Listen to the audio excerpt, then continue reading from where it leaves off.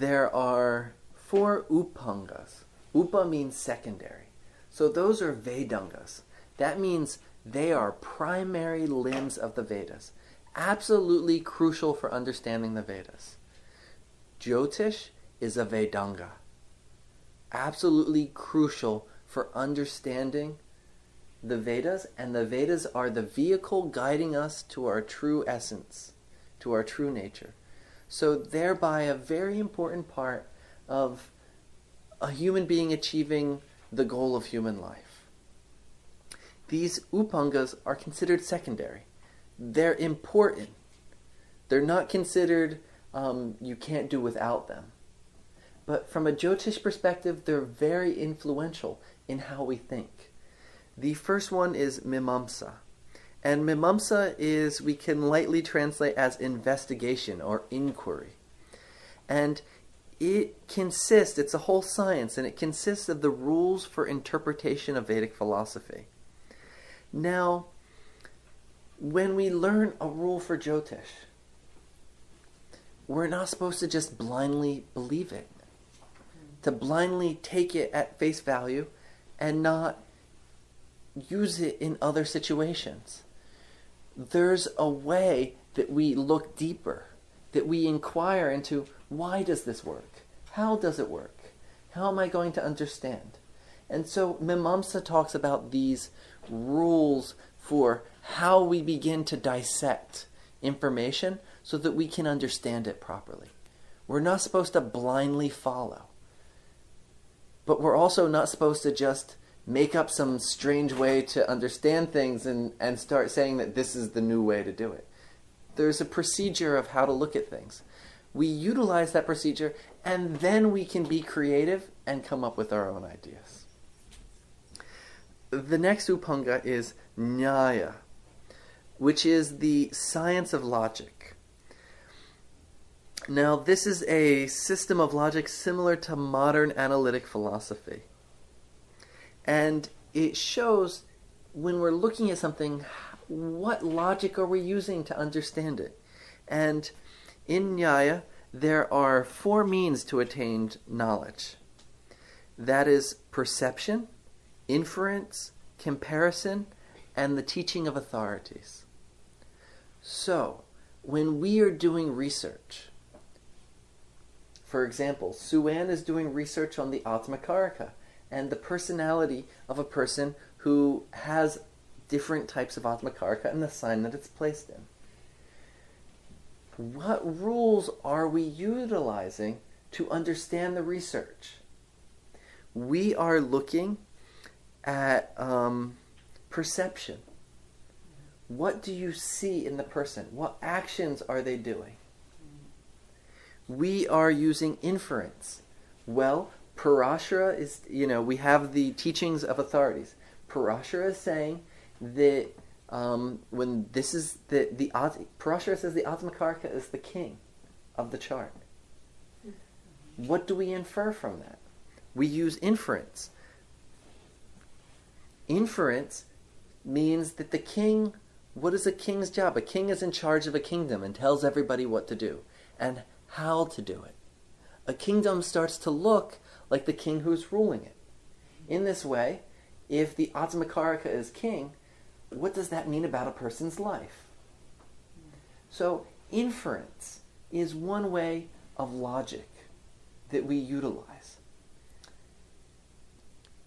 Anytime that we're doing Jyotish research, we should read and study this science of logic that has been presented. Now, the one difference between this and Buddhist philosophy, from my understanding, is from the Vedas we use perception, inference, comparison, and the teaching of authorities. Where in Buddhism they only use perception, inference, and comparison.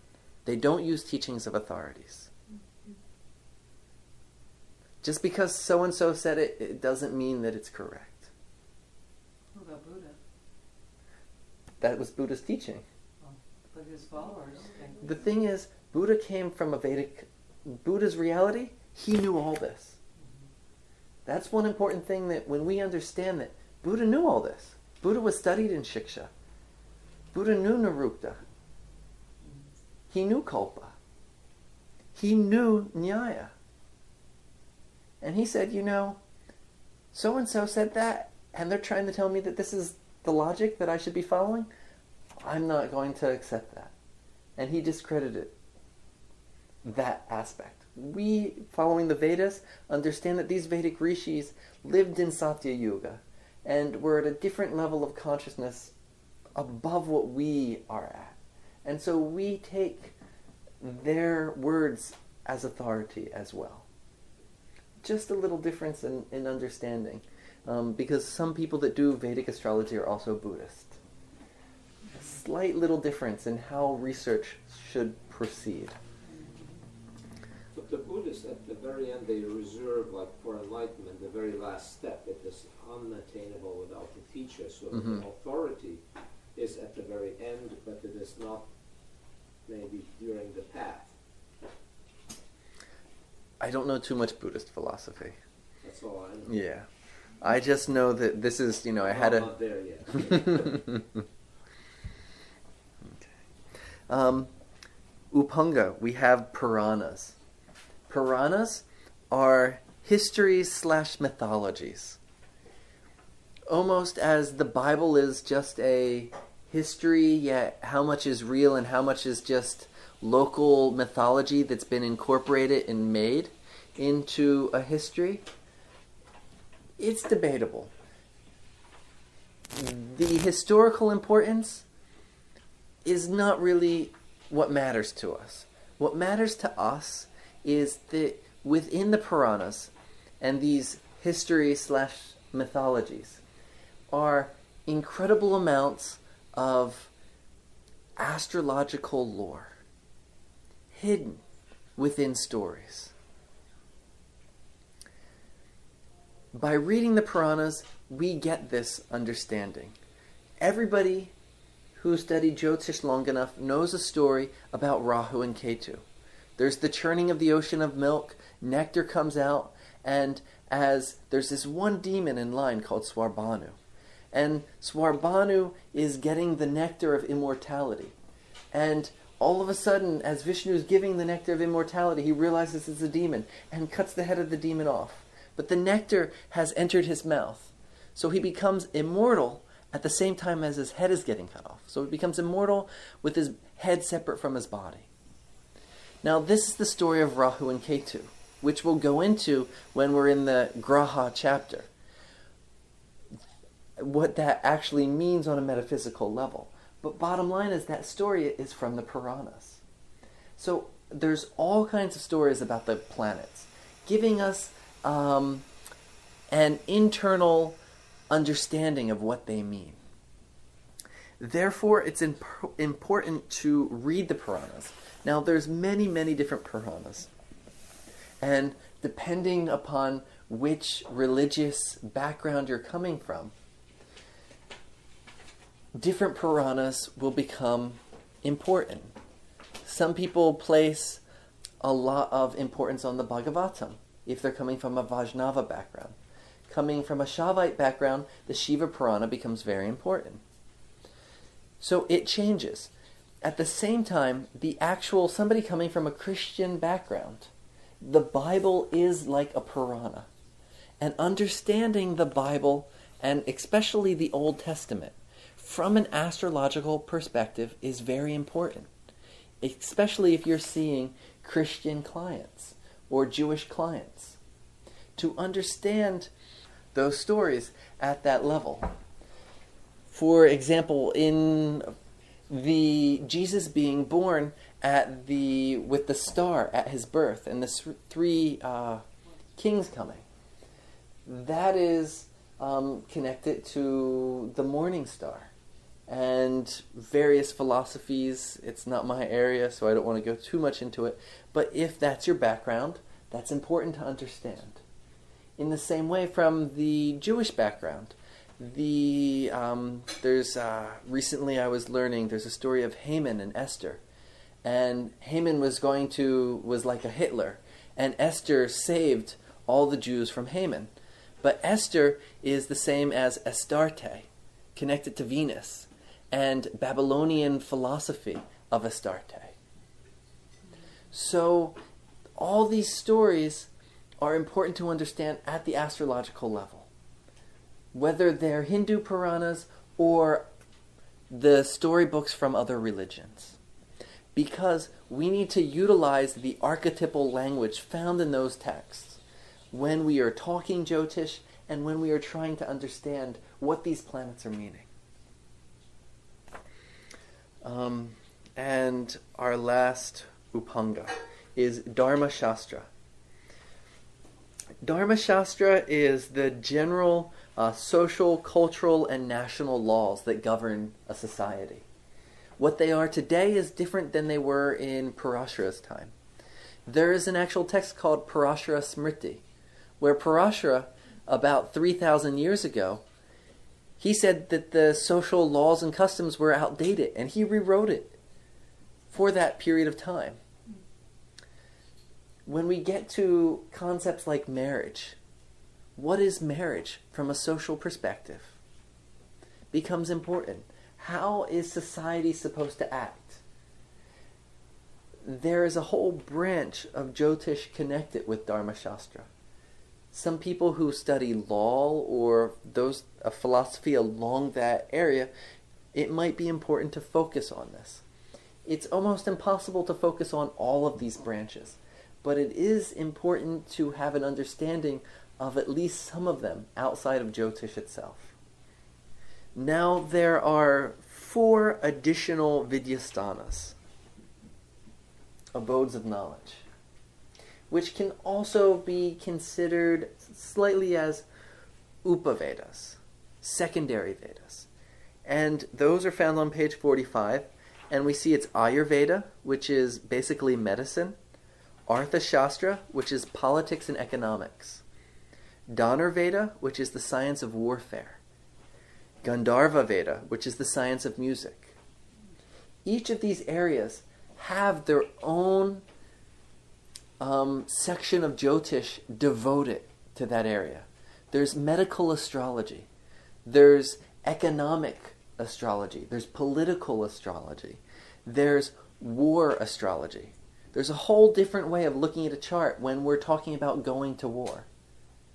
And music, there's also a whole connection of planets to sounds and chandas and used with Jyotish. So each of these have their own branch, their own section. So we can see how all these different branches of the Vedas are influencing the way we look at Jyotish and practice Jyotish.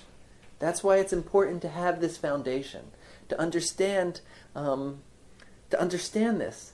I find that sometimes people, they start writing and they have this grand new philosophy.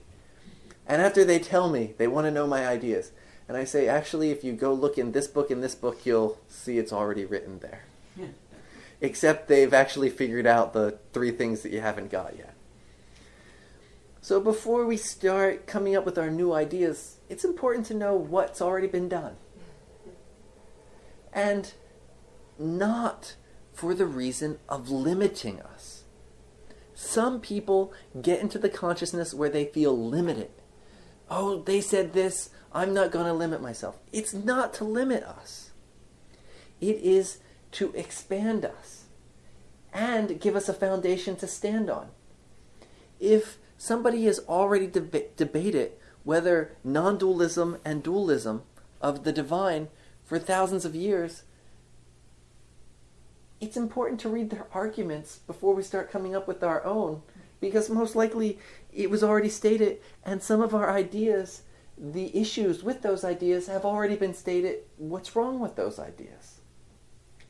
In the same way, it was actually recently, somebody tried to state what should be the parameters for Jyotish research. And I said, I'd love to discuss this with you. They had a few good ideas, but I said, first, please study some Nyaya philosophy. And then let's talk.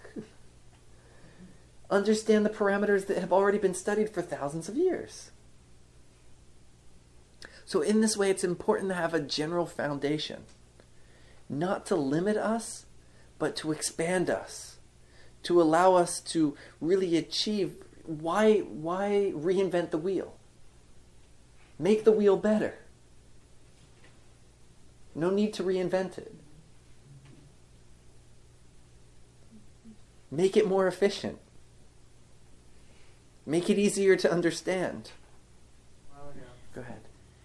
So there's 4 Vedas, and within each Veda there's all of these 4 things? There's 4 parts, 4 sections. And these 4 sections, there's 4 within 4 within 4? 4 within 4. No.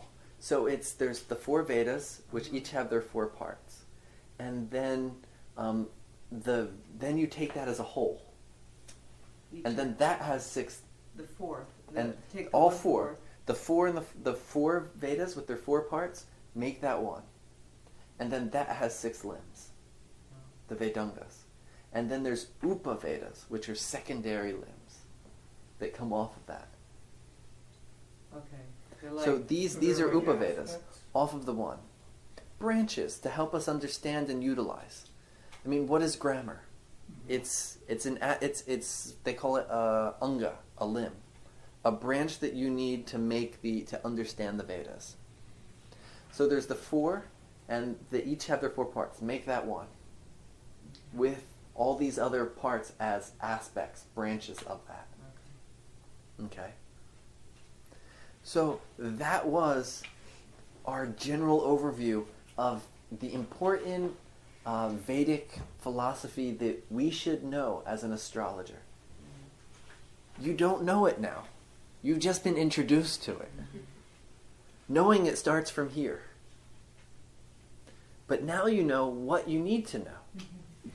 At the same time, also everybody's a little different, and different aspects that we just talked about will interest different people.